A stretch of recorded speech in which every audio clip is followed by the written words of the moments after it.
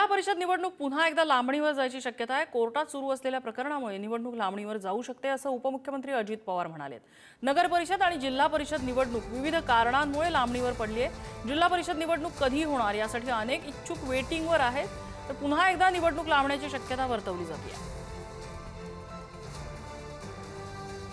अजूनही एक प्रश्न आहे, मंगळवारी सुप्रीम कोर्टामध्ये आरक्षणाचा एक मॅटर आहे आणि त्या कोर्ट प्रकरणामुळे जिल्हा परिषदेच्या निवडणुका थोड्या पुढे जाण्याची शक्यता नाकारता येत नाही।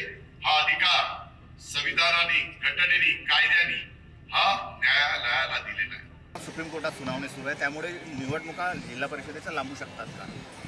बघा, आज या संदर्भात काही बोलणं योग्य नाही। 25 तारखेला सुनावणी आहे, त्या सुनावणीच्या आधारावर निवडणूक आयोगच त्या संदर्भातला निर्णय करेल, त्यामुळे आम्ही काही बोलणं योग्य होणार नाही।